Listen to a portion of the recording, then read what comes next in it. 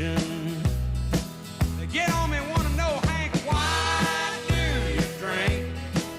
Hank, why do you roll smoke? Why must you live out the songs that you wrote?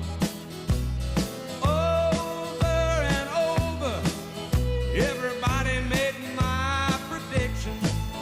So if I get stoned, I'm just carrying on an old family tradition.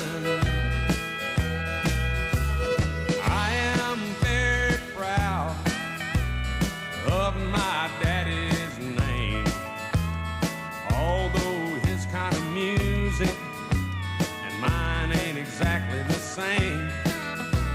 Stop and think it over. Put yourself in my position.